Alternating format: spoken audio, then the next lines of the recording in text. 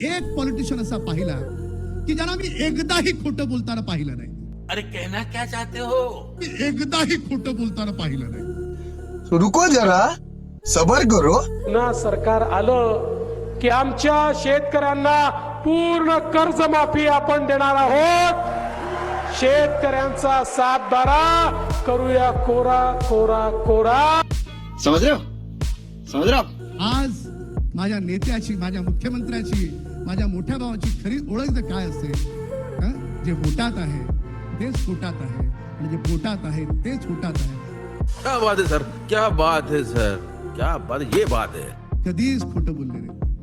तर आमचं सरकार आल्यानंतर अजितदादा चक्की पिसिंग पिसिंग पिसिंग अँड पिसिंग. झूठ पे झूठ. मला कोणीतरी विचारलं तुमचा विवाह होणार आहे का?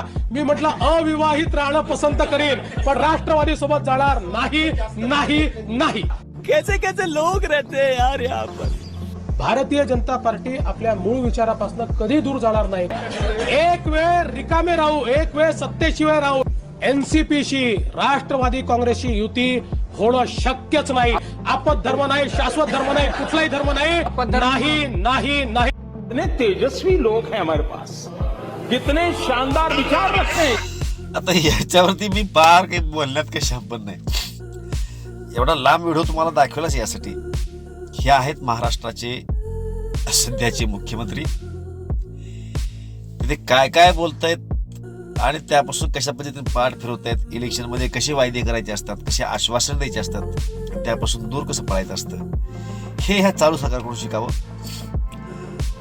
आता याचे काय अर्थ काढायचे, काय क्वालिटीचे हे लोक आहेत, काय क्वालिटीचं राजकारण महाराष्ट्रामध्ये चाललंय, याचा सुद्धा अभ्यास आम्ही सर्वांनी केलं पाहिजे. आता हेही तितकंच खरं आहे की हा एवढा सगळा अभ्यास करण्यासाठी तेवढी अक्कल आपल्याकडे पण पाहिजे. ते आहे का, हा सुद्धा मोठा प्रश्न आहे. आणि जर मग नसेल तर हे असे लोक, मी वारंवार सांगत असतो, हे असे लोक तुमच्या ओरावर येऊन बसणार, छाताडावर नाचणार, त्याला काही इलाज नाही. तुमच्या डोक्यामध्ये काही शुद्धीकरण झालं तरच महाराष्ट्राच्या राजकारणात शुद्धीकरण होईल. अन्यथा तुमच्या कोतीप्रमाणे तुमची शिकवत आहे तसेच लोक तुमच्या वरती सत्ता भोगतील, सत्ता गाजवतील. पुन्हा आपणच उगाच आवडून फिरून काही फायदा नाही.